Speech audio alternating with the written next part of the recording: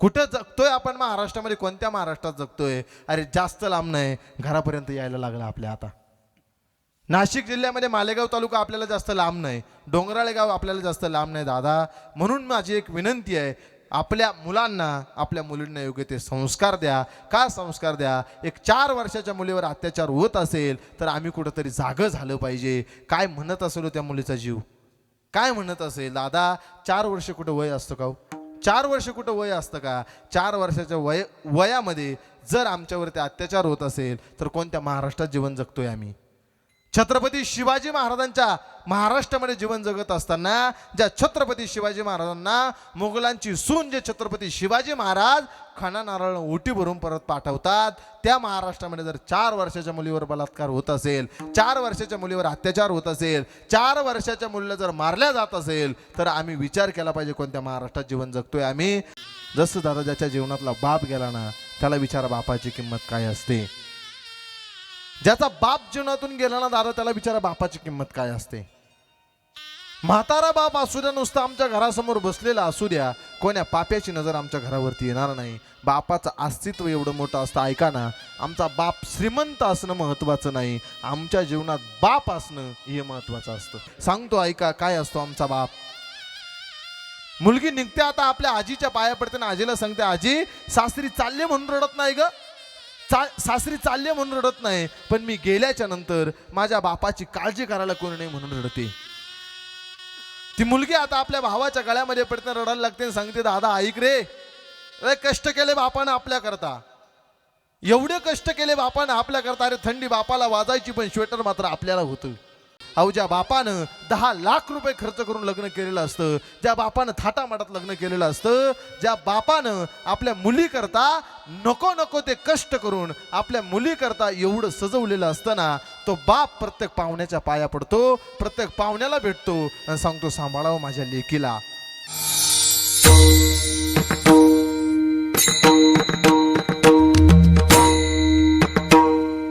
किती या काळाचा सुसावा वळसा लागला सरिसा पाठोपाठी, लक्ष 84ची करा सोडवन रिगाया शरण पांडुरंगा. उपजल्या पिंडा मरण सांगाते, उपजला पिंडा मरण सांगाते, मरते उपजते सवेची ते, लक्ष 84ची करा सोडवन रिगाया शरण पांडुरंगा. तुका म्हणे माळ गुंतली राहाटी, तुका म्हणे माळ गुंतली राहाटी, गाडग्याची सुटी फुटलिया, लक्ष 84ची करा सोडवन रिगाया शरण पांडुरंगा. विठ्ठल विठ्ठल.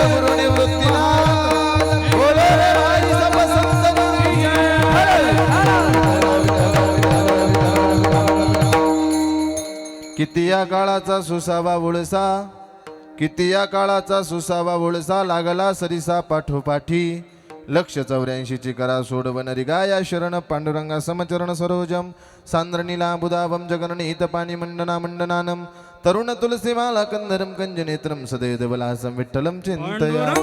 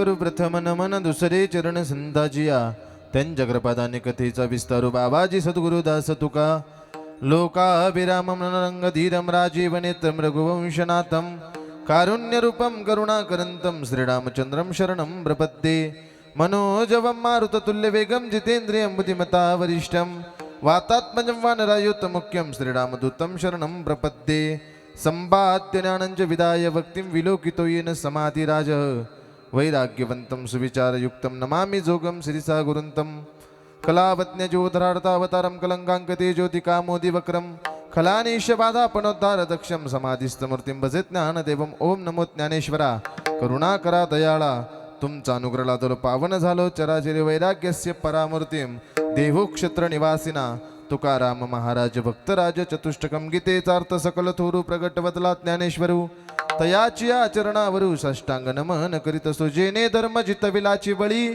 तो संभाजी जानन वाळी कावतरला जयाची एकुळी तया छत्रपतीच्या चरण कमळी साष्टांग नमन करीत असो आता हृदय हे आपुले चौफाळून या भले वरी वैसव पावले श्रीगुरूंचे जयांचे केले स्मरण होय सकळ विद्येचे अधिकरण तेचे बंधू श्रीचरण श्रीगुरूंचे ते नमस्कारुणी आता किती या काळाचा सोसावा ओळसा किती या काळाचा सोसावा ओळसा लागला सरिसा पाठोपाठी लक्ष 84 करा सोडवन रेगाया शरण पांडुरंगा प्रस्तुत प्राप्त प्रसंगी प्राप्त वेळी प्राप्त कीर्तन रूपी सेवेकरता निवडलेला अभंग किंबहुना तुम्हा थोर सज्जनमाय बापांच्या सेवेकरता निवडलेला अभंग याच्यावत मानव जातीचा उद्धार करण्याकरता या भूतलावरती अवतराला आलेले किंबहुना देहूचे सुप्रसिद्ध साधू वैराग्याचे मूर्तिमंत पुतळे नवे नवे वारकरी संप्रदायाला आलेले गोंडसफळ वारकरी संप्रदायाच्या कलशस्थानी विराजमान असणारे ज्ञानेश्वरी जगद्गुरू विश्वमान्य देवमान्य कनकाई पुत्र नवे नवे महाराष्ट्राला लाभलेले धूम्रकेतू इंद्रायणीच्या तटावरती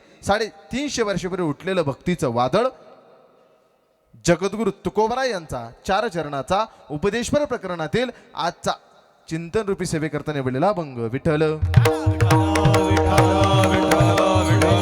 प्रस्तुत अभंगाच्या माध्यमातून विश्वसंत जगद्गुरू तुकोबराय तुम्हा सामान्य जीवाचं कल्याण व्हावं तुमच्या आमच्या सामान्य जीवाचं हित व्हावं तुम्ही आम्ही सामान्य जीव उद्धरून जावे याकरता जगद्गुरू तुकोबराय उपदेश करतात आणि उपदेश करत असताना जगद्गुरू तुकोबराय सांगतात हे माझ्या दादांनो रोज काळ आमच्या पाठीमागे लागलाय रोज काळ आमची वाट पाहतोय नवे नवे त्या काळाचा आम्ही रोज त्रास सहन करतोय किती या काळाचा सोसावा ओळसा लागला सरिसा पाठोपाठी महाराज म्हणतात तो आमच्या पाठीमागे लागलाय तो मिनिटाला सेकंदाला आमची वाट पाहतोय साधकांनी जगद्गुरू तुकोबरायला प्रश्न केला तुकोबराय काळ जर आमच्या पाठीमागे लागलाय काळ जर आमची वाट पाहतोय तर आम्ही काय करू महाराज म्हणतात लक्ष 84 योनीची सोडवणूक करा लक्ष 84 करा सोडवण रिगाया शरण पांडुरंगा भगवान परमात्म्याची शरणागती करून पांडुरंग परमात्म्याची शरणागती करून लक्ष 84 योनीची सोडवणूक करा महाराज करता येईल ना सोडवणूक महाराज म्हणतात ज्या दिवशी जन्माला आला उपजल्या पिंडा मरण सांगा ते मरते उपजते सभेची ते ज्या दिवशी जन्माला आला त्या दिवशी मरण नावाचं गाठोडं सोबत घेऊन आला मग सोडवणूक करायची असेल तर आत्ता इमिजिएटली ताबडतोब लगेच सोडवणूक करावी लागेल महाराज एक दृष्टांत देतात की जसं तुका म्हणे माळ गुंतली रहाटी गाडग्याची सुटी फुटली या पूर्वीच्या काळामध्ये विहिरीवरती ते रहाट गाडगा असायचं त्या रहाट गाडग्याला मडक्याची माळ असायची एक मडकं पाण्यामध्ये गेलं ती भरून वरती आल्याच्या नंतर खाली व्हायचं मग दुसरं भरण्याकरता जायचं पण यदा कदाचित वैभव महाराज असं घडायचं मडकं वरती येता येता त्याला विहिरीचा धक्का लागला त्या आडाचा धक्का लागला ते मडकं फुटल्या जायचं फुटलं की त्याची रहाट गाडग्यातून सुटका व्हायची तसंच महाराज म्हणतात तुम्ही भगवान परमात्म्याची शरणागती केली भगवान परमात्म्याला शरण गेले तुमची जन्म मृत्यूची जी काही येरझार चालू आहे पुन्हा जन्माला येणं पुन्हा मरणं पुन्हा जन्माला येणं पुन्हा मरणं ही जी काही येरझार चालू आहे भगवान परमात्म्याची शरणागती केली भगवान परमात्म्याची शरणागती करणं म्हणजे या मडक्याचं फुटणं आहे एकदा की मडकं फुटलं की त्याची या जन्म मृत्यू येरझारातून सुटका होते महाराज म्हणतात तुका म्हणे माळ गुंतली रहाटी गाडग्याची सुटी फुटली या एक काम करा लक्ष 84 करा सोडवण रिगाया शरण पांडुरंगा विठ्ठल विठ्ठल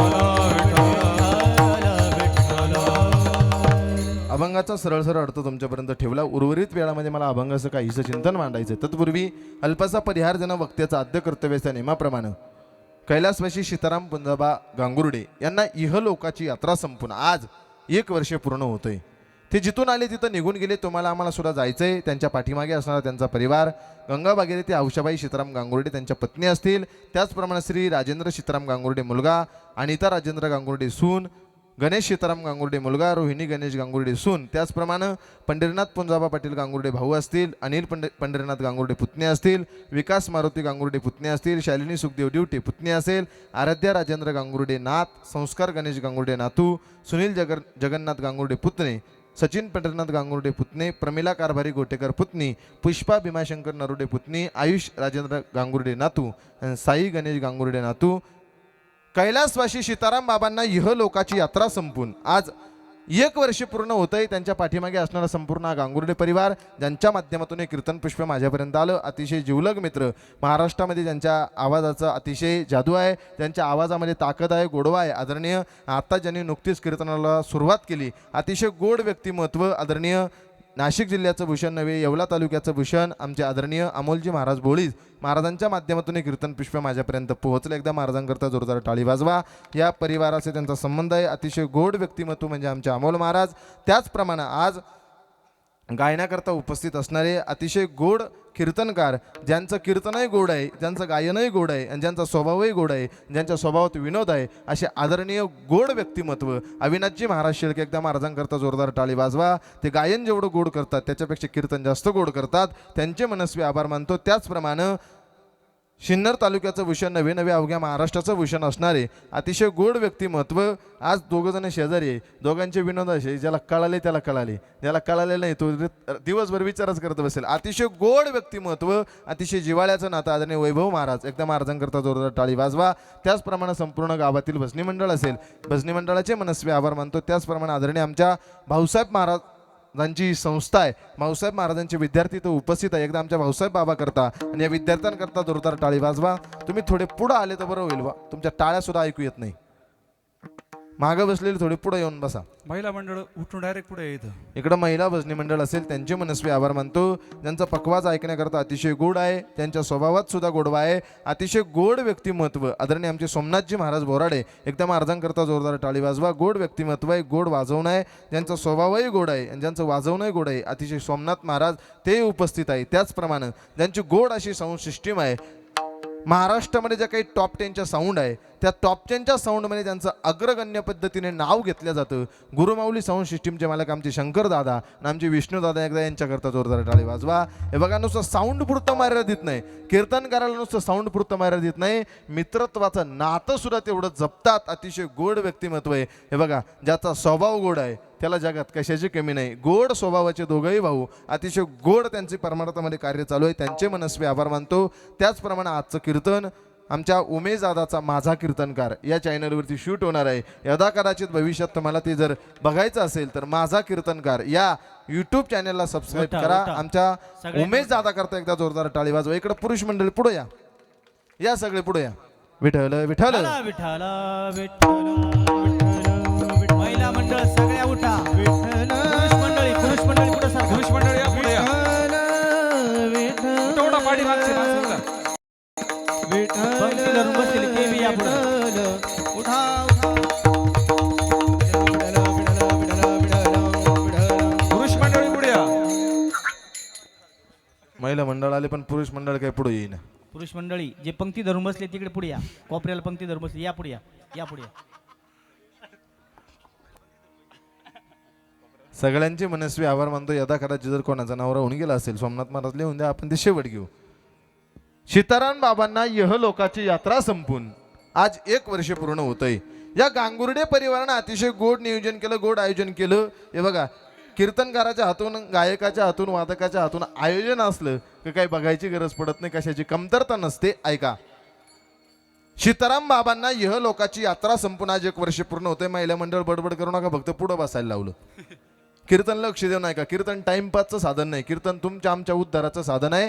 कीर्तन का लक्ष देऊन ऐका. महाराज म्हणतात कीर्तन काय करतं, तर ब्रह्मीभूत काया होतसे कीर्तनी, भाग्य तरी ऋणी देवाईसा. देव सुद्धा भाग्यानं ऋणी करता येऊ शकतो, एवढी ताकद कीर्तनात आहे. कीर्तन चांग, कीर्तन चांग, होय अंग हरिरूप. आमचं अंग हरिभूत करण्याची ताकद कीर्तनात आहे. मग कीर्तन लक्ष देऊन ऐका. विठ्ठल विठ्ठल. सीताराम महाराजांना यहलोकाची यात्रा संपून आज 1 वर्ष पूर्ण होतंय. 1 तासाभरामध्ये आपल्याला सेवा संपन्न करायची. गांगुर्डे परिवारानं अतिशय गोड नियोजन केलं. जिथं कुठं बाबा असतील, जिथं कुठं सीताराम बाबा असतील, ऐका ना, महाराज म्हणतात जो वर्ष श्राद्धाचा विधी व्यवस्थित करतो, दशक्रियाचा विधी व्यवस्थित करतो, किंबहुना महिने व्यवस्थित करतो, पितरांकरता व्यवस्थित विधी केल्याच्या नंतर ते पितर आम्हाला आशीर्वाद देत असतात, किंबहुना आमचं कल्याण इच्छितात. त्यामध्ये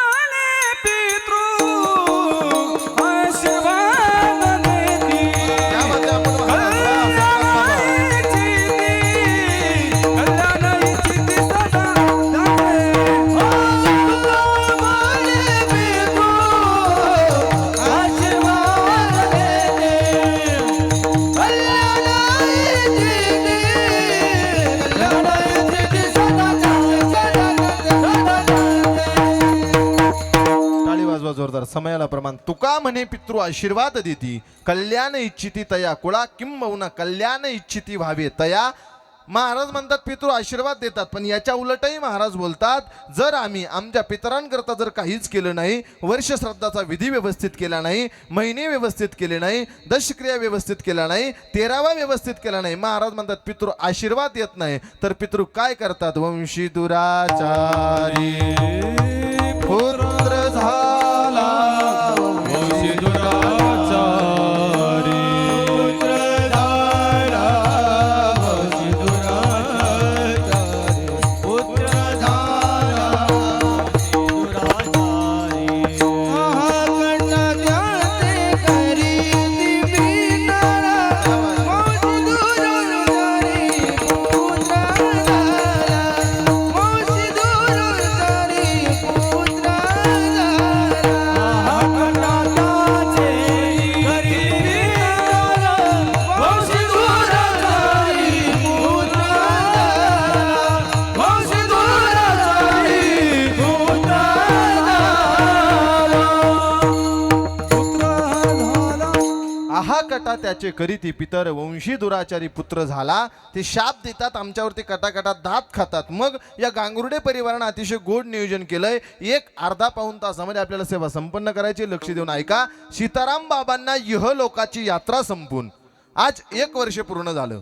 ते जिथून आले तिथं निघून गेले. तुम्हाला आम्हाला सुद्धा एक दिवस जायचंय. कारण ज्या लोकामध्ये तुमचा आमचा जन्म झालाय, ज्या लोकामध्ये तुम्ही आपण जन्माला आलोय, त्या लोकाचं नाव आहे मृत्यूलोक. आणि मृत्यूलोकाची सरळ व्याख्या आहे मरणाऱ्यांचा लोक. याला म्हणतात मृत्यूलोक. या मृत्यूलोकात जो कोणी जन्माला आला त्याला 1 ना 1 दिवस जायचंय. ज्ञानोबराय वर्णन करतात. उपज येते नासे, नासेल येते पुनरपी दिसे, ही घटिका यंत्र जैसे परिभ्रमेगा. ज्ञानोबराय आणखी वर्णन करतात. देहाची या गावा आलिया, जन्म मृत्यूच्या स्फळिया, ना म्हणू नये धनंजया जियापरी, किंबहुना जैसे जीर्ण वस्त्र सांडीजे, मग नूतन वेडीजे, तैसे देहांतरा ते स्वीकारीजे चैतन्य नाते. मृत्यू लोकात ज्याचा जन्म झाला त्याला मरण ठरलेलं आहे. मृत्यू लोकात जो जन्माला आला त्याला 1 ना 1 दिवस जावं लागतं. कबीरदास महाराज म्हणतात 9 भी मर गए, 10 भी मर गए, मर गए सहस्राठ्याऐंशी, 33 कोटी देवता मर गए, पडे काल के फाशी. जीने तो जीवारे माप भरे, जीने तो जीवारे माप भरे, ओ जीने तो जीवारे माप भरे, जीने तो जीवारे माप भरे. मरणाची नाव पाठोडी मनारी, जीने तो जीवारे माप भरे, जीने तो जीवारे माप भरे.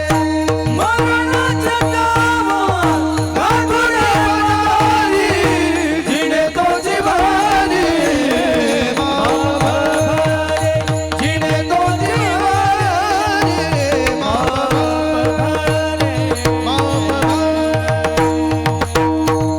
टाळी वाजवा वैभव महाराजां करता. मरणाची तव गाठोडी पदरी, जिने तो चिवरी माप भरे, जगता तोपर्यंत येईल जोपर्यंत माप भरत नाही, जगता तोपर्यंत येईल जोपर्यंत आमचे श्वास संपत नाही. मरण रूपी गाठोडा आम्ही आमच्या सोबत घेऊन आलोय. कबीरदास महाराज आणखी वर्णन करतात.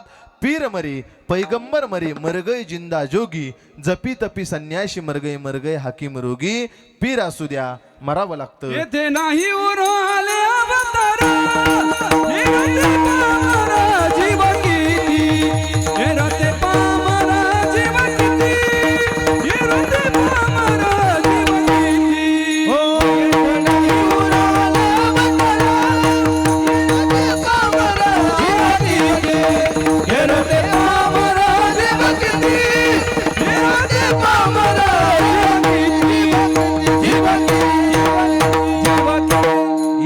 गुरु नाही आले अवतार इरते पामर जीव किती. इथं अवतारांना अवतार कार्य संपवावं लागतं. मग तुम्ही सांगा अवतारवाल्याला किती दिवस थांबता येईल. अवतारांना जावं लागतं. रामकृष्ण आले गेले तेने का जग उसची पडले. इथं अवतारांना अवतार कार्य संपवावं लागतं. कबीरदास महाराज म्हणतात पीर असू द्या, पैगंबर असू द्या, जपी असू द्या, तपी असू द्या, संन्याशी असू द्या, साधू असू द्या, मरणाची तब गाठोडी पदरी. मरावं लागतं. मृत्यू लोकाचा नियम आहे. मृत्यू लोकाचं ठरलेलं गणित आहे. मृत्यू लोकाची ठरलेली व्याख्या आहे. ज्याचा जन्म झाला त्याचं मरण ठरलेलं आहे. ज्याचं वारसं झालं त्याचं 13वं ठरलेलं आहे. आणि ज्याचा वाढदिवस झाला त्याचं वर्ष श्राद्ध ठरलेलं आहे. विठ्ठल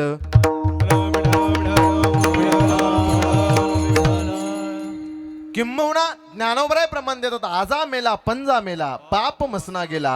देखत देखत नातू पंतू तोही तैसा झाला. इथं मृत्यू लोक जन्माला आल्याच्या नंतर लहान असू द्या, मोठा असू द्या, काळा असू द्या, गोरा असू द्या, धनवान असू द्या, ज्ञानवान असू द्या, गुणवान असू द्या, कीर्तिवान असू द्या, नवे नवे भगवान असू द्या, मृत्यू लोकात थांबता येत नाही. मृत्यू लोकाचं ठरलेलं गणित आहे. या मृत्यू लोकात ज्याचा जन्म झाला त्याला मृत्यू ठरलेला आहे. ऐका, मग तुम्ही म्हणशाल महाराज जो जन्माला आला त्याला मरण ठरलेलं आहे. मग मरणाची काही लक्षणं सांगा. मरणाची लक्षणं आपण जगद्गुरु तुकोबरायला विचारू. तुकोबराय म्हणतात काळीभोर असणारी डोक्याची केस आहे. काळीभोर असणारी डोक्याची केस, पण एक केस कानाजवळ सफेद झाला. जरा कर्णमुळी सांगाले गोष्टी, मृत्यूची भेटी जमणी आले, मृत्यूची भेटी जमणी आले.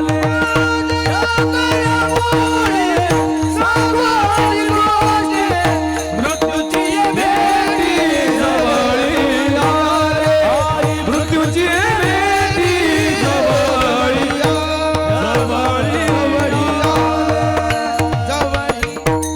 जरा कर्णमुळी सांगू आली गोष्टी आणि मृत्यूची या भेटी जवळ आली. महाराज म्हणतात काळीभोर असणारी डोक्याची केस, एक केस कानाजवळ सफेद झाला. महिला मंडळ, मृत्यूचं पहिलं पत्र आलं. आता सफेद झाल्याच्या नंतर आपण काळे करतो, तो प्रश्न वेगळा आहे. ऐका, ज्ञानोबरायला आपण आणखी जवळचं मृत्यूचं लक्षण विचारू.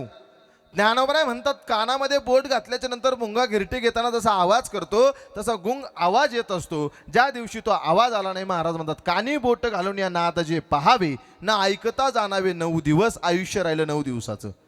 आणखी जवळचं मृत्यूचं लक्षण सांगा. आमच्या भोवाया आमच्या डोळ्यांना दिसत असतात. ज्या दिवशी दिसल्या नाही, आयुष्य राहिलं 5 दिवसाचं.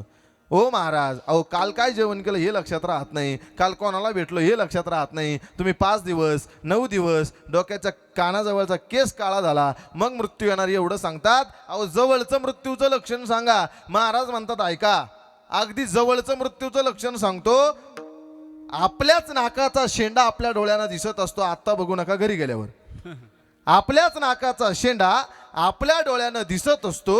ज्या दिवशी आपल्या नाकाचा शेंडा आपल्या डोळ्यानं दिसला नाही, ज्या दिवशी आपल्या नाकाचा शेंडा आपल्या दृष्टीला पडला नाही, अविनाश देणी म्हणा रामकृष्ण, त्याची देणी म्हणा रामकृष्ण. त्याची दिनी म्हणा रामकृष्ण, त्याची दिनी म्हणा रामकृष्ण. सागरीचे अग्रण दिसता नयनी, सागरीचे अग्रण दिसता नयनी, सागरीचे अग्रण दिसता नयनी. सागरीचे अग्रण दिसता नयनी. त्याची देणी म्हणा रामकृष्ण, त्याची देणी म्हणा रामकृष्ण. त्याची दिनी म्हणा रामकृष्ण, त्याची दिनी म्हणा रामकृष्ण, रामकृष्ण. टाळी वाजवा आमच्या वैभव महाराजांकरता. एवढ्या फास्ट रामकृष्ण हरी म्हणायचं. कधी नाकाचा शेंडा दिसला नाही तर. नासागरीचे अग्र न दिसता नयनी, तीची दिनी म्हणा रामकृष्ण. आमच्या नाकाचा शेंडा ज्या दिवशी आम्हाला दिसला नाही, तो आमच्या आयुष्यातला शेवटचा दिवस आहे. आता अविनाश महाराज ज्यांनी ज्यांनी आजचं कीर्तन ऐकलं ते उद्या सकाळी उठल्यापासून तर संध्याकाळपर्यंत फक्त नाकाचा शेंडाच पाहत राहतील. ज्ञानोबरायचं प्रमाण आहे, प्रमाण ज्ञानोबरायचं आहे, ते प्रमाण खरं आहे. ते ज्ञानोबरायची भाषा कधी खोटी ठरणार नाही. आमच्या नाकाचा शेंडा आमच्या डोळ्याला दिसला नाही, त्या दिवशी आमचा आयुष्याचा शेवटचा दिवस असेल. मग मृत्यू लोकात जन्माला आले महाराज, कोणाला थांबता येत नाही. या मृत्यू लोकात 7 जण जर सोडले तरी तर कोणाला थांबता आलं नाही. ते 7 जण कोणते सांगतो ऐका. अश्वत्थामा बलिर्व्यासो हनुमानच्च बिभीषण कृपे परशुरामच्च सप्तिती चिरंजीव. अश्वत्थामा बली व्यास कृपाचार्य परशुराम हनुमंतराय हे 7 चिरंजीव जर सोडले इथं कोणाला थांबता आलं नाही. 8वे इच्छामरणी होते भीष्माचार्य. भीष्माचार्याला सुद्धा इथं थांबता आलं नाही. हातात मरण होतं भीष्माचार्याच्या. ठरवलं असतं भीष्माचार्यानं मरण येऊ द्यायचं नाही, कधी मरण आलं नसतं. ठरवलं असतं भीष्माचार्यानं आज जायचं तर भीष्माचार्याला जाता आलं असतं. पण मृत्यू लोकाच्या नियमाला सुद्धा ते अपवाद ठरले नाही. मृत्यू लोकात त्यांना वरदान मिळालेलं होतं, आशीर्वाद मिळालेला होता. स्वतःच्या बापानं आशीर्वाद दिला होता शंतनू राजानं. शंतनू राजाला वयाच्या अर्ध आयुष्य उलटल्याच्या नंतर लग्न करण्याची विपरीत बुद्धी सुचली. कोणाला कधी काय बुद्धी सुचेल सांगता येत नाही. लग्न करण्याची वयाच्या उतरत्या काळामध्ये लग्न करण्याची इच्छा झाली एका कोळी दादाच्या मुलीसोबत. लग्न करण्याची इच्छा झाल्यानंतर आता मात्र तो शंतनू राजा कोळी दादाच्या घरी गेला आणि कोळी दादाच्या घरी गेल्याच्या नंतर त्या कोळी दादाला सांगितलं, दादा मला तुझ्या मुलीसोबत विवाह करायचा आहे. अहो तुमचं वय 60-70चं आहे. अहो तुमचा मुलगा लग्नाच्या वयात आहे. भीष्माचार्याचं पहिलं नाव होतं देवव्रत. तुमचा देवव्रत लग्नाच्या वयात आहे आणि तुम्ही म्हणतात मला लग्न करायचं, माझी मुलगी देणार नाही. शंतनू राजा नाराज झाला. नाराज चेहऱ्यानं घरी आला. निवांत राहायचा, नाराज राहायचा. पण एक दिवस भीष्माचार्यानं त्या देवव्रताने हे बघितलं, अरे एवढं मोठं ऐश्वर्य आहे, एवढं मोठी सत्ता आहे, एवढं मोठं राज्य आहे, पण माझा बाप नाराज दिसतोय. याचा पाठीमागं काहीतरी कारण असलं पाहिजे. शंतनू राजाचा जो सारथी होता भीष्माचार्याने त्या सारथ्याला विचारलं, माझा बाप का नाराज दिसतोय? कारण अविनाश महाराज बऱ्याचशा गोष्टी या ड्रायव्हरला माहिती असतात. माझा बाप का नाराज दिसतोय असं म्हटल्याच्या नंतर त्या शंतनू राजाच्या सारथ्यानं सांगितलं, भीष्माचार्य तुमच्या बापाचं नाराज होण्याचं कारण एकच आहे, तुमच्या बापाला कोळी दादाच्या मुलीसोबत विवाह करायचा आहे तो नाही म्हणतो. मरण किती अटळ असतं, मृत्यू किती अटळ असतो बघा. भीष्माचार्यानं सकाळ सकाळची वेळ आहे, त्या कोळी दादाच्या घरासमोर गेल्याच्या नंतर त्या कोळी दादाला सांगताय, मी माझ्या आईला घेण्याकरता आलो. अरे उद्या तुझं लग्न होणार, तुला मुलं होणार, माझ्या मुलीचे मुलं काय दाशी म्हणून जीवन जगणार. त्यावेळेस भीष्माचार्याने प्रतिज्ञा केली, जर माझ्या लग्नामुळे माझ्या बापाच्या लग्नाला अडचण येत असेल, माझ्या लग्नामुळे माझ्या बापाचं लग्न थांबत असेल, माझ्या लग्नामुळे जर माझ्या बापाचं लग्न होत नसेल, तर हा भीष्माचार्य आज प्रतिज्ञा करतो आजन्म ब्रह्मचारी व्रताचं पालन करेल. भीष्माचार्यानं आजन्म ब्रह्मचारी व्रताचं पालन फक्त आपल्या बापाच्या विवाह करता केलं. ऐका, नंतर शंतनू राजाचा विवाह झाला. घडलेला प्रकार त्या शंतनू राजाला समजला. आता मात्र शंतनू राजा भीष्माचार्या जवळ आले आणि भीष्माचार्याला म्हणताय, अरे एका म्हाताऱ्या बापा करता तू तुझं तारुण्य संपवलं, एका म्हाताऱ्या बापा करता तू तुझं तारुण्य पणाला लावलं, एका म्हाताऱ्या बापाच्या विवाह करता तू तुझं तारुण्य संपवलं. हा म्हातारा बाप शंतनू राजा तुला आशीर्वाद देतो, तू इच्छामरणी होशील. इच्छामरणी झाले भीष्माचार्य. ऐका, कुरुक्षेत्राच्या रणांगणावरती आता मात्र कौरव पांडवांचं युद्ध होणार होतं. मरण किती अटळ असतं, मृत्यू किती अटळ असतो बघा. पहिल्या चरणामध्ये प्रवेश करायचा आहे. मरण काळ आमच्या किती पाठीमागं लागलाय. आम्हाला जरी वरदान मिळालं, भीष्माचार्याला जरी वरदान मिळालं होतं इच्छामरणी होणार, पण मात्र काळाला सामोरं जावं लागलं. ऐका, कुंती माता जगाच्या मालकाला प्रश्न करते, देवा अरे कौरव पांडवांचं युद्ध होणार आहे. अरे कौरवांच्या बाजूने भीष्माचार्यासारखा महान तपस्वी महात्मा, नवे नवे कृपाचार्य, द्रोणाचार्य, कर्ण, मोठे मोठे रथी महारथी आहे. सांग देवा, धर्माचा विजय कसा होणार? जर धर्माचा विजय होत नाही, धर्म गादीवर बसत नाही, तर कौरव हारत नाही. आणि तू तर आम्हाला वचन दिलंय, मी तुम्हाला सत्ता देतो, मी तुम्हाला राज्य देतो. त्यावेळेस देवाना सांगितलं, आता काळजी करू नको, देव सका जरी जग अवघे कृपा करी. मागे पुढे उभा राहे संभाळीता आली आघात निवाराया. आता काळजी करू नको. कुंती माता प्रश्न करते, देवा एक वेळेस कृपाचार्य मारल्या जातील, एक वेळेस कर्ण मारल्या जाईल, जरी अर्जुनाचे गुरु असले द्रोणाचार्य तरी मारल्या जातील, पण भीष्माचार्याला वरदान आहे इच्छामरणी. भीष्माचार्यांना वरदान प्राप्त केलं इच्छामरणी असल्याचं. भीष्माचार्य कधी मरण पावणार नाही. ऐका ना, पांडवांचा विजय होण्याकरता आणि भीष्माचार्याला मारण्याकरता भगवान परमात्म्यानं कुरुक्षेत्राच्या रणांगणावरती एक नपुसक वेश धारण केला श्रीखंडीचा. आणि भीष्माचार्याची दुसरी प्रतिज्ञा होती, एखाद्या स्त्रीवर कधी धनुष्यबाण चालवणार नाही. आता मात्र जगाच्या मालकानं श्रीखंडीचा वेश धारण केला, भीष्माचार्य समोर आले. आता मात्र भीष्माचार्यानं धनुष्य खाली ठेवला. जगाच्या मालकानं अर्जुनाला खुणवलं. 113 बाण भीष्माचार्याच्या अंगामध्ये गेले. कुरुक्षेत्राच्या रणांगणावरती ज्योतिष नावाचं सरोवर आहे आणि त्या ज्योतिष नावाच्या सरोवराजवळ 113 बाण भीष्माचार्याच्या अंगामध्ये गेले. भीष्माचार्य कुरुक्षेत्राच्या रणांगणावरती पडलेले आहे. आता मात्र भीष्माचार्याजवळ जगाचा मालक उभा आहे, अर्जुन उभा आहे, धर्मराजा उभा आहे, संपूर्ण पांडव उभे, नवे नवे विदुर काका आहे. आता मात्र विदुर काकाला भीष्माचार्य विचारताय, काका उत्तरायण लागायला किती दिवस बाकी आहे? काका म्हणतात, भीष्माचार्य उत्तरायण लागायला अजून 22.5 दिवस बाकी आहे. भीष्माचार्यानं डोळे बंद केले. मरण किती अटळ असतं, मृत्यू किती अटळ असतो बघा. काळ कसा आमच्या पाठीमागं लागलाय. भीष्माचार्यानं डोळे बंद केले. डोळे बंद केल्याच्या नंतर 22व्या दिवशी डोळे उघडले आणि 1000 नावाचं विष्णू सहस्रनाम तुमच्या आमच्या करता भगवान परमात्म्याच्या हातामध्ये दिलं. आता मात्र यम घेण्याकरता आलाय. देवही उभा आहे. भीष्माचार्य विचारताय, अजून उत्तरायण लागायला किती दिवस बाकी आहे? ज्या भीष्माचार्याला इच्छामरणी असल्याचं वरदान होतं, 22.5 दिवस पूर्ण झाले. काळ घेण्याकरता आला. उत्तरायण लागलं. भीष्माचार्याला सुद्धा जावं लागलं. एवढा काळ आमच्या पाठीमागं लागलाय. अभंगाचं पहिलं चरण.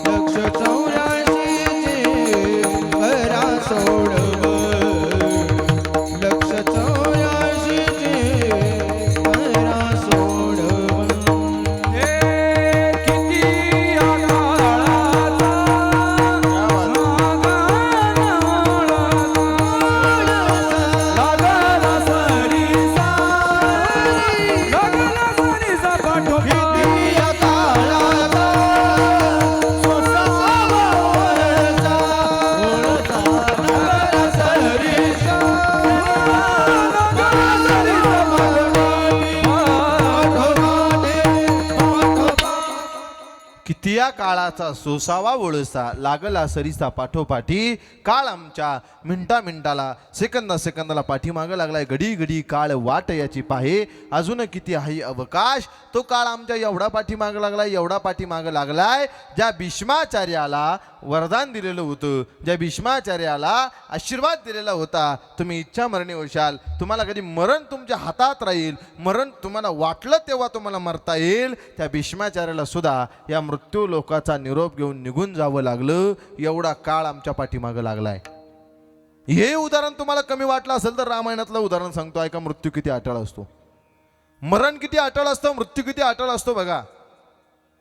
राम रावणाच्या युद्धाला सुरुवात झाली. युद्धाला सुरुवात झाल्याच्या नंतर लक्ष्मण भैयाला शक्ती लागली आणि शक्ती लागल्याच्या नंतर, धनुष्य लागल्याच्या नंतर लक्ष्मण भैया मूर्छित होऊन पडले. लक्ष्मण भैया मूर्छित होऊन पडले. पडल्याच्या नंतर रामप्रभूने सुद्धा धनुष्य खाली ठेवला. मरण किती अटळ असतं, मृत्यू किती अटळ असतो बघा. काळ किती आमच्या पाठीमागा लागला, लागला सरीसा पाठोपाठी याच्यावरती सांगतो. लक्ष्मण भैया मूर्छितून पडले. रामप्रभूनं सुद्धा धनुष्य खाली ठेवला. रामप्रभू सुद्धा त्या लक्ष्मण भैयाजवळ जाऊन बसले.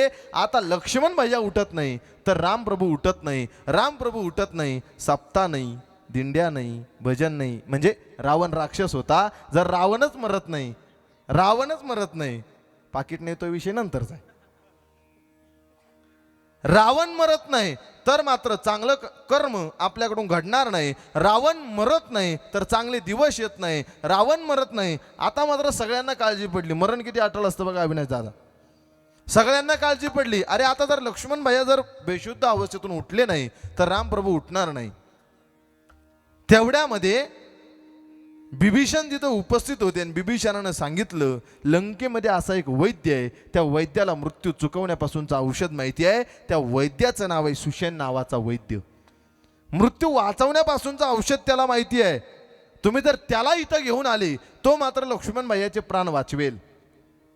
तो मात्र लक्ष्मण भैयाला बेशुद्ध अवस्थेतून उठवेल. पण असं म्हटल्याच्या नंतर आता मात्र सगळे विचारात पडले. आता राम रावणाचं युद्ध चालू आहे. आता लंकेत जाणार कोण? तेवढ्यामध्ये सगळ्यांना आठवण झाली ती मात्र हनुमंतरायाची. हनुमंतरायाची आठवण झाली. हनुमंतरायानं उड्डाण केलं, लंकेमध्ये गेले, सुषेण नावाच्या वैद्याच्या घराजवळ गेले आणि त्या सुषेण नावाच्या वैद्याला सांगितलं अरे लक्ष्मण भैया मूर्छित होऊन पडले, तुला यावं लागेल. त्यानं सांगितलं तू माणूस रामाचा, मी माणूस रावणाचा, कसं जमेल? मी येऊ शकत नाही. म्हणजे पैसे घ्यायचे एकाचे. म्हणजे मी तिकडचं सांगतोय, रामायणातलं इथलं बोलत नाही. अरे तू माणूस रामाचा, मी माणूस रावणाचा, मी येऊ शकत नाही. तो सुषेण नावाचा वैद्य घरामध्ये गेला. घरामध्ये गेल्याच्या नंतर त्यानं आतमधून कडी लावून घेतली, घरात जाऊन बसला. पण हनुमंतरायानं त्याचं घर उचललं, डायरेक्ट जिथं युद्ध चालू होतं तिथं घेऊन आली.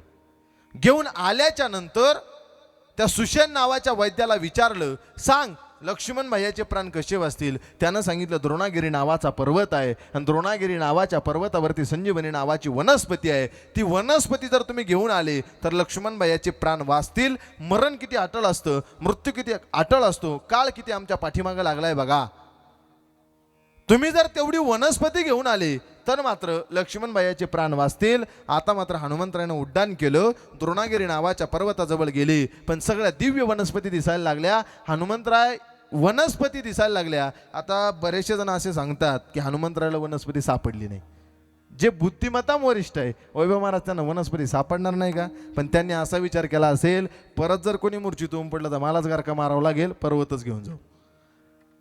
पर्वत उचलला, घेऊन आले, द्रोणागिरी नावाचा पर्वत आणला. तर सुषेण नावाच्या वैद्यानं ती संजीवनी नावाची वनस्पती घेतली. लक्ष्मण भैयाचे प्राण वाचले. राम रावणाचं युद्ध झालं, रावण मारला गेला. बिभीषण मात्र आता लंकेचा राजा झाला. मरण किती अटळ असतं, मृत्यू किती अटळ असतो बघा. बिभीषण लंकेचा राजा झाल्याच्या नंतर 6 महिने पूर्ण झाल्याच्या नंतर लंकेमधून अयोध्येला एक पत्र आलं. त्या पत्रामध्ये असं लिहिलेलं होतं, ज्या सुषेण नावाच्या वैद्यानं लक्ष्मण भैयाचे प्राण वाचवले होते, ज्या सुषेण नावाच्या वैद्याला मृत्यू चुकवण्यापासूनचं औषध माहिती होतं, त्या सुषेण नावाच्या वैद्याचा आज पहाटे 5 वाजता मृत्यू झाला. तो सुषेण नावाचा वैद्य गेला.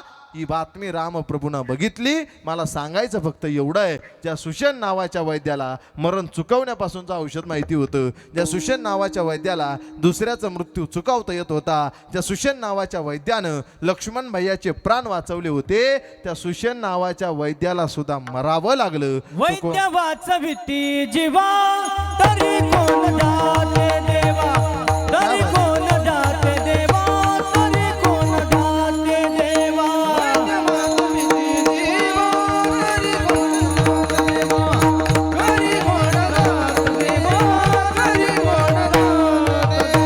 वैद्य वाचविती जीवा तरी कोण जाते देवा, वैद्य वाचविती जीवा तरी कोण जाते देवा, तरी कोण जाते देवा, तरी कोण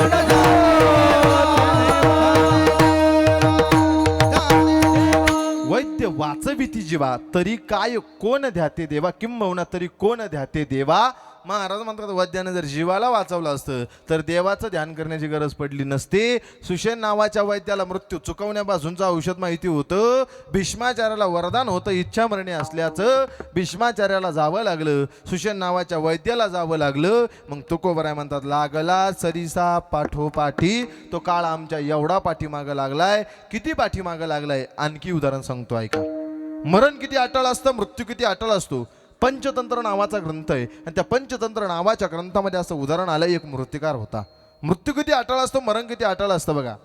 एवढ्या सुंदर मूर्त्या घडवायचा, एवढ्या सुंदर मूर्त्या घडवायचा. कारवाडीकर तुम्ही जर त्याच्या समोर जाऊन उभे राहिले तो हुबेहूब तुमच्यासारखी मूर्ती तयार करायचा. माणूस आहे की मूर्ती आहे ओळखी येत नव्हती. एवढ्या गोड मूर्त्या घडवायचा, एवढ्या गोड मूर्त्या घडवायचा. पण एक दिवस भविष्यकाराकडे गेला आणि भविष्यकाराकडे गेल्याच्या नंतर भविष्यकार त्याचं वर्णन करायला लागला. वा काय सुंदर मूर्तिकार आहे, किती गोड मूर्त्या घडवतो. तुझ्यासारखा मूर्तिकार या मृत्यू लोकात दुसरा होणार नाही. एवढ्या गोड मूर्त्या घडवतो. पण ऐक ना, एक दुर्दैव आहे. उद्या दुपारी 12 वाजता तुझं मरण ठरलेलं आहे.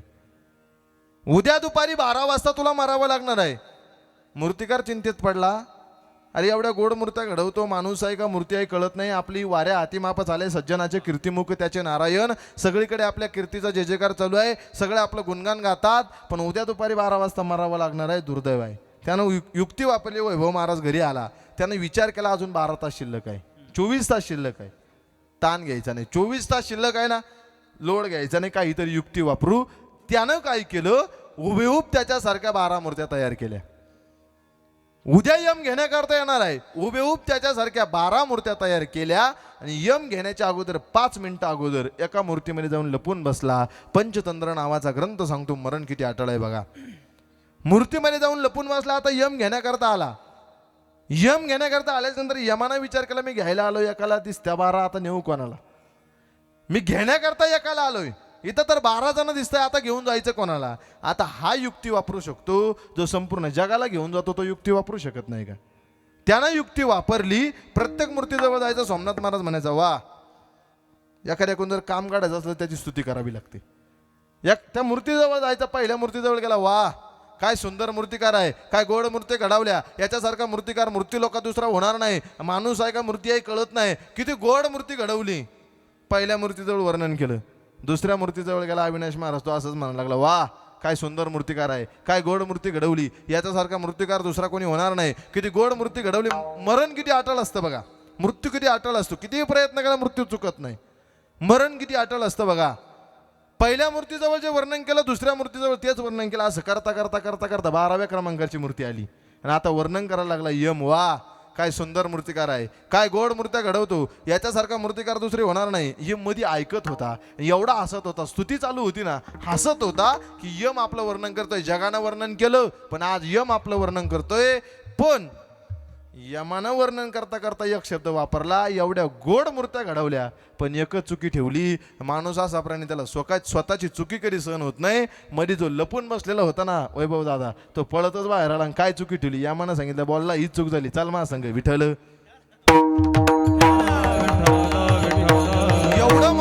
एवढं मरण अटळ स्वतःसारख्या 12 मूर्त्या तयार केल्या आणि यम घ्यायला येण्याच्या अगोदर मूर्तीमध्ये जाऊन लपून बसला.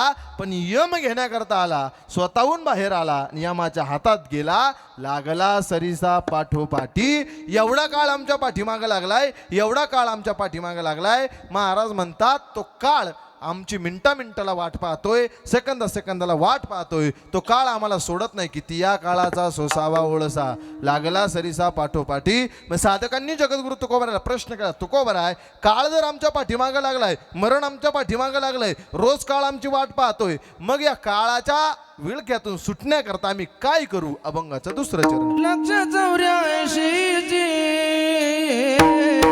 करा सोडवाना. लक्ष 84 करा सोडवाना. लक्ष 84 करा सोडवाना. लक्ष 84 करा सोडवाना.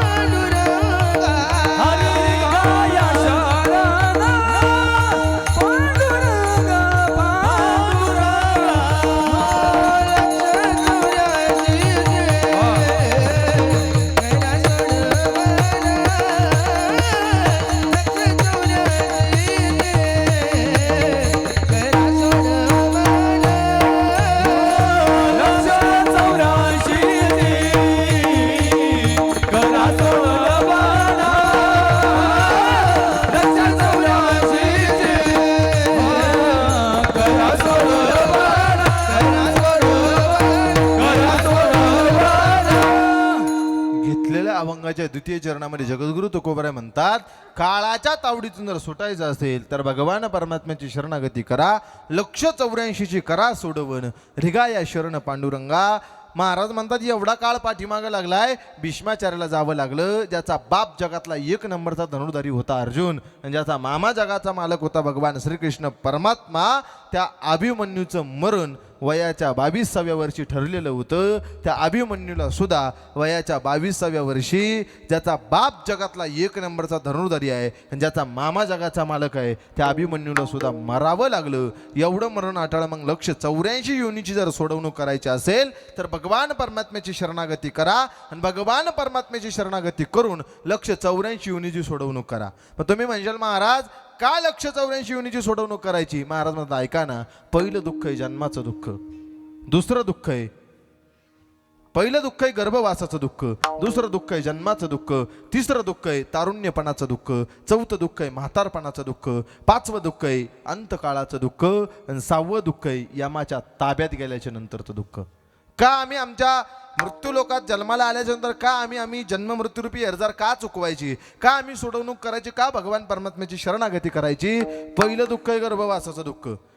गर्भवासाचं दुःख कसं आहे? महाराज म्हणतात काय सांगू गर्भीची यातना, मज भोगिता नारायणा, मांस मळ मूत्र जाना तुझं शनोक्षणा द्यात असे, गर्भी असता दिला दंड, वरती पाय खाली तोंड. ज्ञानोबराय वर्णन करतात, मातेची या उदर कुवरी, पचोनी विष्टेच्या दातरी, उकडोनी 9 मासवरी जन्म जन्मोनी मरती. एवढं गर्भवासाचं दुःख वाईट आहे. का आम्ही आमच्या जन्ममृत्यू अर्जार का चुकवायची, का आम्ही लक्ष 84 योनीची सोडवणूक करायची? पहिलं दुःख संपलं गर्भवासाचं दुःख.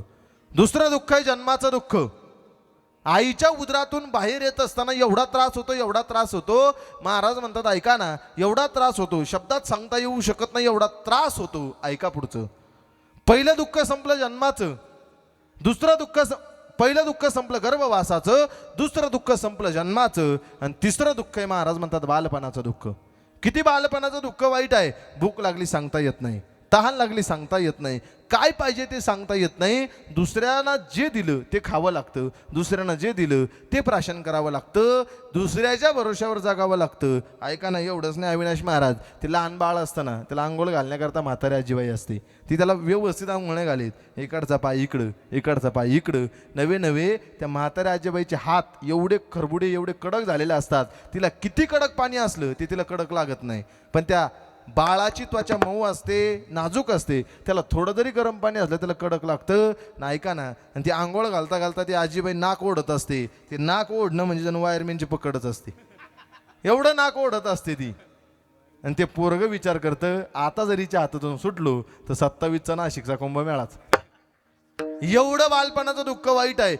भूक लागली सांगता येत नाही, तहान लागली सांगता येत नाही, कोणती क्रिया दुसऱ्याच्या भरोश्यावर अवलंबून आहे. संपलं गर्भवासाचं दुःख, संपलं जन्माचं दुःख, संपलं बालपणाचं दुःख. आता दुःख आहे तारुण्यपणाचं दुःख.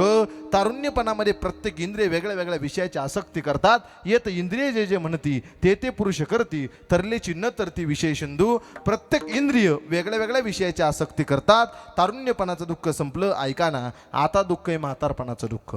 सगळे दुःख बरे, गर्भवासाचं दुःख बरं, बालपणाचं दुःख बरं, जन्माचं दुःख बरं, अंतकाळाचं दुःख बरं, यमाच्या ताब्यात गेल्याच्या नंतरचं दुःख बरं. पण म्हातारपणाचं दुःख एवढं वाईट आहे. ज्यांच्याकरता काबाड कष्ट केले, ज्यांच्याकरता आतोनात प्रयत्न केले, ज्यांच्याकरता हाडाचे काढ रक्ताचं पाणी रात्रीचा दिवस केला, तेच लोक एक दिवस म्हणतात आमच्याकरता काय केलं. एवढं म्हातारपणाचं दुःख वाईट आहे. महाराज म्हणतात मज नाही हातपाय, डोळा पडिले झापड, कर्ण ये बधीर झाले वाचा बोले बोबड, नाक मुख गळू लागले लाळ आणि शेंबूड. आता प्रमाणाखाली अंडरलाईन करा. श्वाना परिगती झाली अवघे करती हाडाड. श्वान म्हणजे कुत्रा, कुत्र्यासारखी अवस्था होते, सगळे हाडाड करतात. एवढं म्हातारपणाचं दुःख वाईट. नसियले घर तुमको निया, नसियले घर तुमको निया, नसियले घर तुमको निया, नसियले घर तुमको निया. हरी माई मने खरा म्हणतात तरी बरे हा, मने खरा म्हणतात तरी बरे, बाई मने खरा म्हणतात तरी बरे, बाई मने खरा म्हणतात तरी बरे. नसियले घर तुमको निया, नसियले घर तुमको निया, नसियले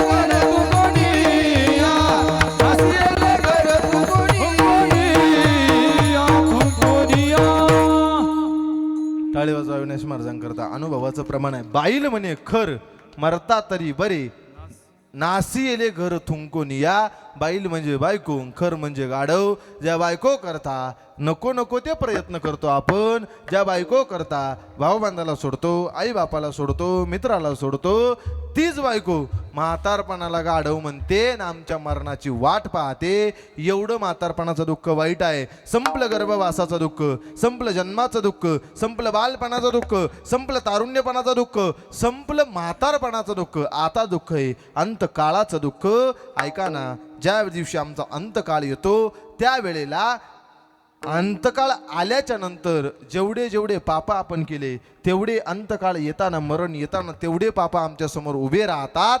आणि तेवढ्या पापापासून, एका पापापासून हजारो इंगळ्या चावल्याचं दुःख अंतकाळाच्या वेळेस होतं. एवढं अंतकाळाचं दुःख वाईट आहे. संपलं अंतकाळाचं दुःख. आता दुःख आहे यमाच्या ताब्यात गेल्याच्या नंतरचं दुःख.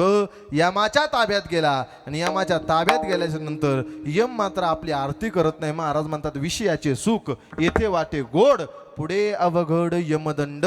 मारिती जोडीती तोडीती निष्ठुर, यमाचे किंकर बहुसाल मारतात झोडतात तोडतात. एवढं एका जन्माचं सांगितलं फक्त. एवढं फक्त एका जन्माचं आहे.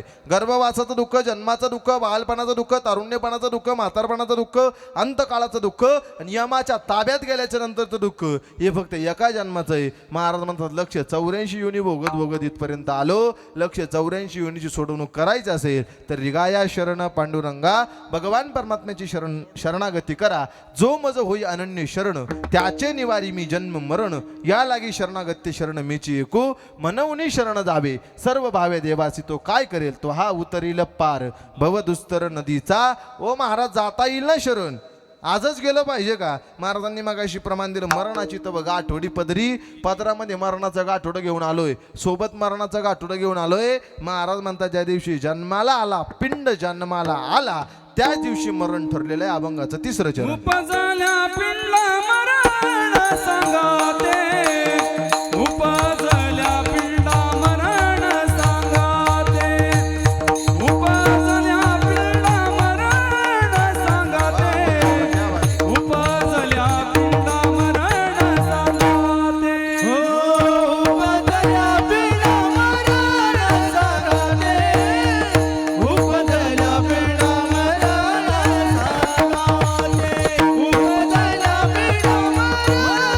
सांगाते. उपजल्या पिंडला मरण सांगाते, उपजल्या पिंडला मरण सांगाते, उपजल्या पिंडला मरण सांगाते, उपजल्या पिंडला मरण सांगाते. उपजल्या पिंडला मरण सांगाते, उपजल्या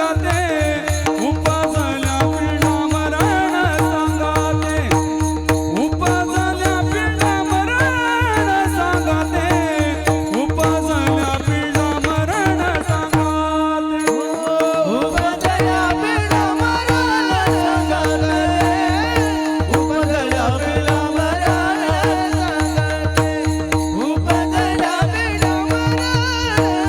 सांगाते, उपजल्या पिंडला मरण सांगाते.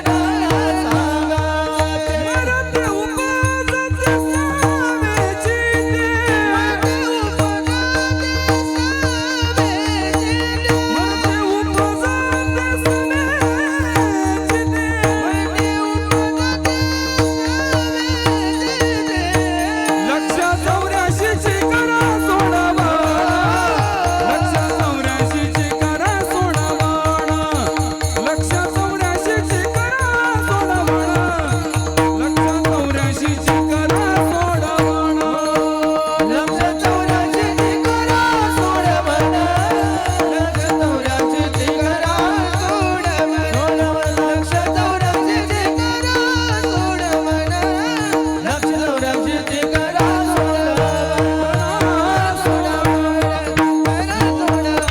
म्हणजे अमोल दादा करता जोरदार टाळी वाजवा. उपजल्या पिंडा मरण सांगाते, मरते उपजते सेवेची ते.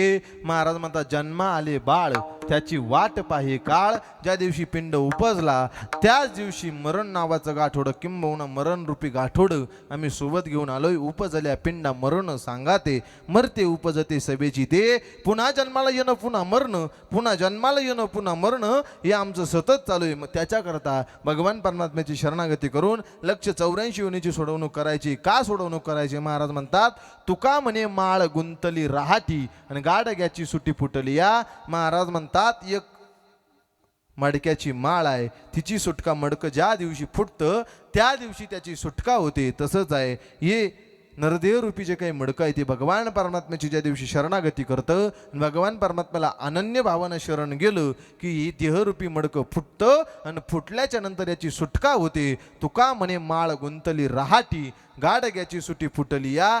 184ची करा सोडवण रिगाया शरण पांडुरंगा विठोबा रखुमाई.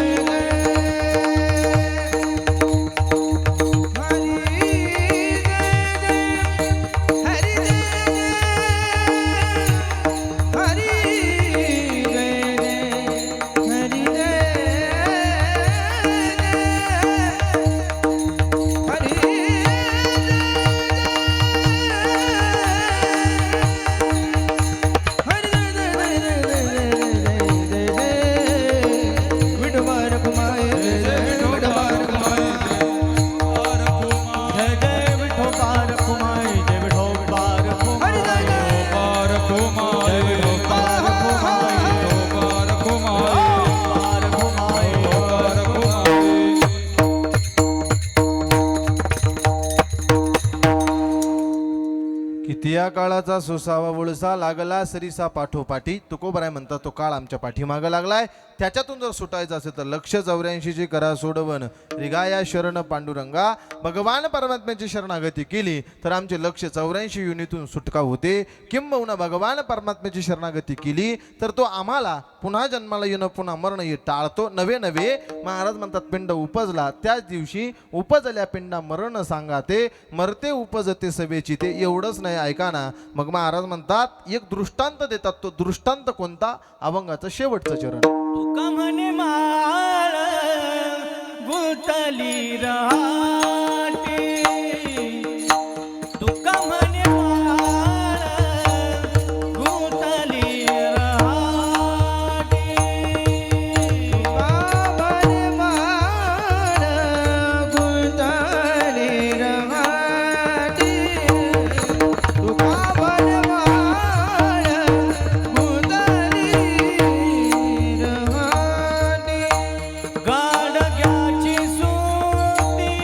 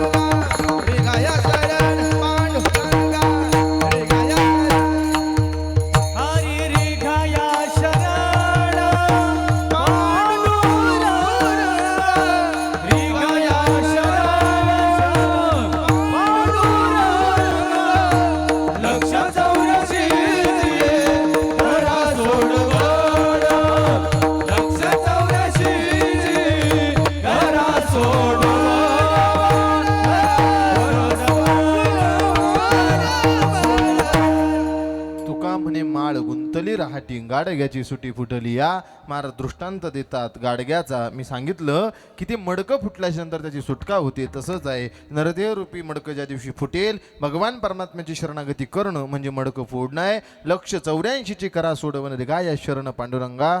कैलासवासी सीताराम बाबांना यह लोकाची यात्रा संपून आज 1 वर्ष पूर्ण होतंय. या परिवारातून एक बाप नावाचं अस्तित्व गेलं. हे बघा, कोण्या कीर्तनकाराचं भांडवल संपलं म्हणून तो बाप सांगत नाही. कोण्या कीर्तनकाराचं भांडवल संपलं म्हणून तो बाप आईबाप सांगत नाही. आमचा 750 वर्षापूर्वीचा इतिहास सांगतो. सकळ तीर्थाची अधुरी जे का माता पितरे ती शेवेशी किरे शरीर लोण की जे किंबहुना 350 वर्षापूर्वीचा इतिहास सांगतो. तुका म्हणे माय बापे अवघे देवाचीच रूपे. महाराज म्हणतात ऐका ना, माय बाप केवळ काशी तिने न जावे तीर्थाशी.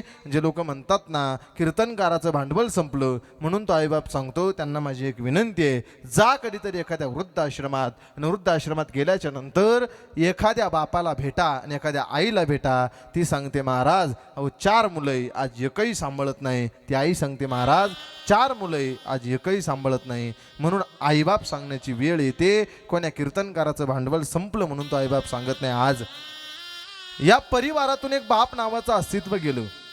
काय असतो दादा आमचा बाप? किती प्रेम करतो बाप आमच्यावरती. ज्याला हात नाही ना त्याला विचारा हाताची किंमत काय असते. ज्याला पाय नाही त्याला विचारा पायाची किंमत काय असते. ज्याला डोळा नाही ना त्याला विचारा डोळ्याची किंमत काय असते. जसं दादा ज्याच्या जीवनातला बाप गेला ना त्याला विचारा बापाची किंमत काय असते. ज्याचा बाप जीवनातून गेला ना दादा त्याला विचारा बापाची किंमत काय असते. म्हातारा बाप असू द्या, नुसतं आमच्या घरासमोर बसलेला असू द्या, कोण्या पाप्याची नजर आमच्या घरावरती येणार नाही. बापाचं अस्तित्व एवढं मोठं असतं. ऐका ना, आमचा बाप श्रीमंत असणं महत्वाचं नाही, आमच्या जीवनात बाप असणं हे महत्वाचं असतं. आमच्या जीवनात बाप असणं हीच खरी मोठी श्रीमंती असते. ऐका ना दादा, आईचं वर्णन प्रत्येकानं केलं. आई प्रत्येकानं सांगितली. आईचे उपकार आहे आमच्यावरती, पण बापाचा वाटा काकांवर जास्त आहे. आई प्रत्येकानं सांगितली. देवकी मातेचं गुणगौरव प्रत्येकानं केलं. जरी कंसाशी कळेल माझ्या बाळाशी मारेल आकंत करणारी देवकी प्रत्येकालाच दिसते. कंसाला कळाल्याच्या नंतर माझ्या बाळाला मारेला आकांत करणारी देवकी प्रत्येकाला दिसते. पण तेवढ्याच भयान रात्री त्या महापुरामधून यमुनेच्या पुरामधून भगवान परमात्म्याला गोकुळापर्यंत पोहोचवणारा एक बाप होता. तो बाप मात्र कधी आमच्या लक्षात राहत नाही. राजे छत्रपती शिवाजी महाराजांच्या पराक्रमामागं मासाहेब जिजाऊचा हात 100% आहे. राजे छत्रपती शिवाजी महाराजांच्या पराक्रमामागं मासाहेब जिजाऊचा हात 100% आहे. पण त्याच धावपळीच्या काळामधले छत्रपती शिवाजी महाराजांचे वडील शहाजीराजे विसरून कधी आम्हाला जमणार नाही. प्रसूतीच्या बाळंतपणाच्या वेदना भोगणारी आई आमच्या लक्षात राहते. प्रसूतीच्या बाळंतपणाच्या वेदना भोगणारी आई आमच्या लक्षात राहते. पण काबाड कष्ट करून त्याच दवाखान्याचं बिल भरणारा बाप मात्र कधी आमच्या लक्षात राहत नाही. तो बाप आम्ही लक्षात ठेवला पाहिजे. पोराचा शाळेमध्ये नंबर आला तर गावभर गल्लीभर सांगत फिरणारी आई प्रत्येकाला दिसते. पण तेवढ्याच धावपळीमध्ये पेड्याचा बॉक्स आणणारा बाप कधी आमच्या लक्षातच राहत नाही.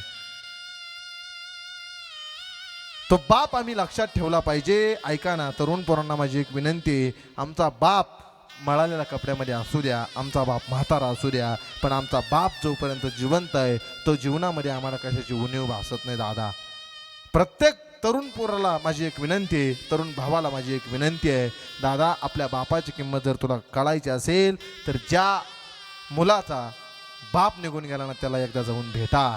तो सांगेल की बाप आमच्या जीवनात होता, बापाचं अस्तित्व आमच्या जीवनात होतं, तर आमचा बाप जिवंत होता तोपर्यंत कशाची उणीव आम्हाला भासू देत नव्हता. लोकांना दहाव्याचं आमंत्रण द्यावं लागतं, लोकांना वर्ष श्राद्धाचं आमंत्रण द्यावं लागतं, माणूस मेला तरी लोकांना फोन करावा लागतो. पण एक प्रसंग असा आहे त्याला कधी लोकांना फोन करावा लागत नाही, मुलगी वाटा लावण्याचा प्रसंग. मुलीचं आणि बापाचं एवढं अतूट नातं, एवढं अतूट नातं आहे, एवढं अतूट नातं आहे मुलीचं आणि बापाचं. ऐका ना, मुलगी म्हणजे बापाचं काळीज आहे, मुलगी म्हणजे बापाचं काळीज आहे. म्हणून प्रत्येक बहिणीला माझी एक विनंती आहे, फक्त आपल्या बापाच्या काळजाला छिद्र पडतील असं वर्तणूक जीवनात कधी करू नका. मुलगी निघते दादा आता प्रत्येकाच्या पाया पडते. काय असतो आमचा बाप ऐका. 5 मिनिटात कीर्तन सांगतेच्या वाटेवरती चाललंय, सांगतो ऐका काय असतो आमचा बाप. मुलगी निघते आता आपल्या आजीच्या पाया पडते ना आजीला सांगते, आजी सासरी चालले म्हणून रडत नाही ग, सासरी चालले म्हणून रडत नाही, पण मी गेल्याच्या नंतर माझ्या बापाची काळजी करायला कोणी नाही म्हणून रडते. ती मुलगी आता आपल्या भावाच्या गळ्यामध्ये पडते, रडायला लागते आणि सांगते, दादा ऐक रे, अरे कष्ट केले बापानं आपल्या करता, एवढे कष्ट केले बापानं आपल्या करता. अरे थंडी बापाला वाजायची पण स्वेटर मात्र आपल्याला होतं. अरे ऊन बापाला लागायचं, सावली आपल्याला होती. भूक बापाला लागायची पण जेवण मात्र आपल्याला होतं. फक्त एक सांगते जाता जाता, आपल्या बापाला कधी आरे तुरेच्या भाषेत बोलू नको, कधी बापाला आरे तुरेच्या भाषेत बोलू नको. आता ती मुलगी आपल्या आईजवळ जाते, आईला सांगते, आई चालले ग सासरी आज, माझ्या बापाच्या बीपीच्या गोळ्या वेळच्या वेळेला दे, प्रत्येकाच्या डोळ्यात पाणी येईल दादा, माझ्या बापाच्या बीपीच्या गोळ्या वेळच्या वेळेला दे. आई सासरी चालली म्हणून रडत नाही ग, सासरी चालली म्हणून रडत नाही, फक्त मी गेल्याच्या नंतर माझ्या बापाची काळजी कोण करेल याची आठवण येते. सगळ्यांच्या पाया पडते, सगळ्याच्या गळ्यात पडते. आता मुलीला मात्र आपला बाप आठवतो. आठवल्याच्या नंतर मुलगी मंडपमध्ये बघते तर एका कोपऱ्याला एक बाप, त्या मुलीचा बाप मात्र पत्रवाळ्या उचलत असतो. अहो ज्या बापानं 10 लाख रुपये खर्च करून लग्न केलेलं असतं, ज्या बापानं थाटामाटात लग्न केलेलं असतं, ज्या बापानं आपल्या मुली करता नको नको ते कष्ट करून आपल्या मुली करता एवढं सजवलेलं असतं ना, तो बाप प्रत्येक पाहुण्याच्या पाया पडतो, प्रत्येक पाहुण्याला भेटतो आणि सांगतो, सांभाळावं माझ्या लेकीला.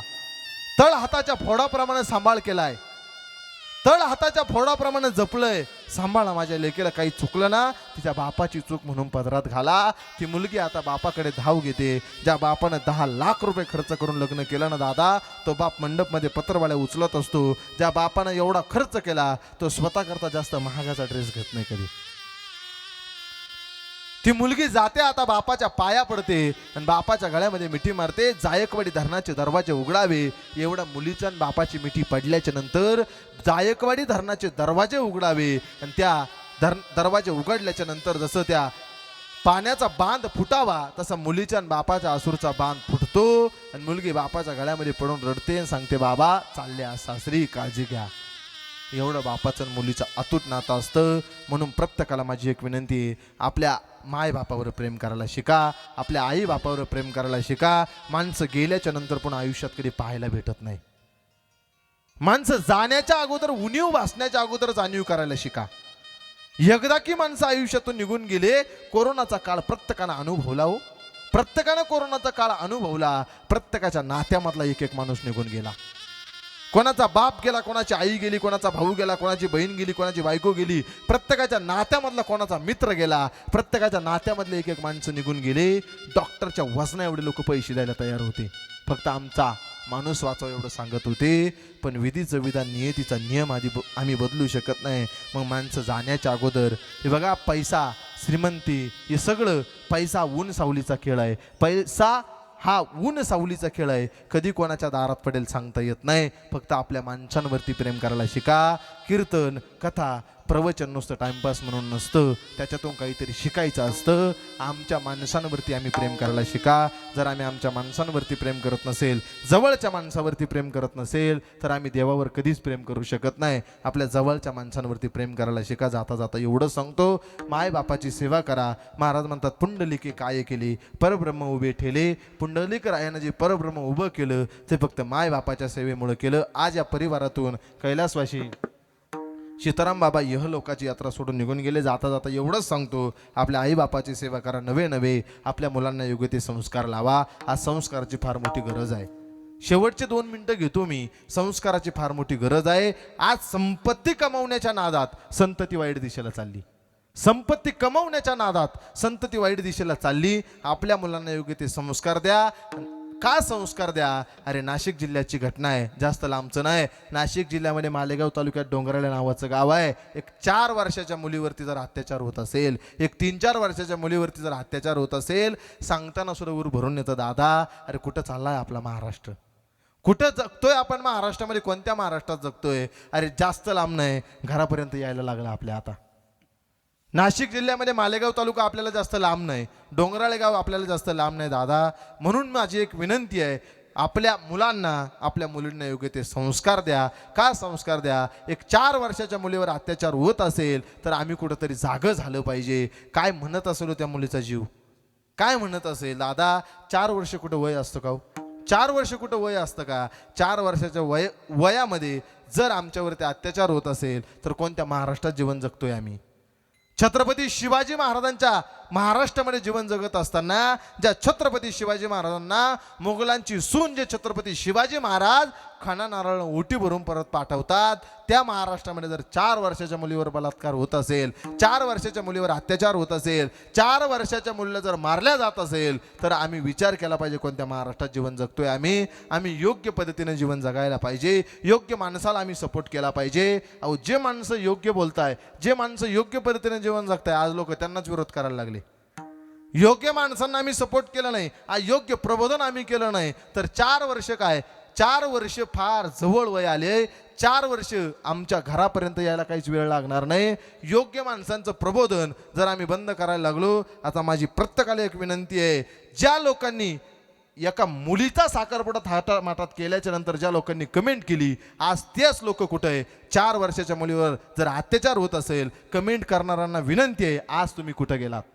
जर एक बाप आपल्या मुलीचा साखरपुडा अवजा इंदोरीकर बाबानं वयाची 31 वर्ष रस्त्यावरती काढली, लोकांचा जास्त विचार करायचा नाही, लोक मात्र कोणाला सोडत नाही. अवजा इंदोरीकर बाबानं 31 वर्ष रस्त्यावरती काढले, घराचा विचार नाही, परिवाराचा विचार नाही.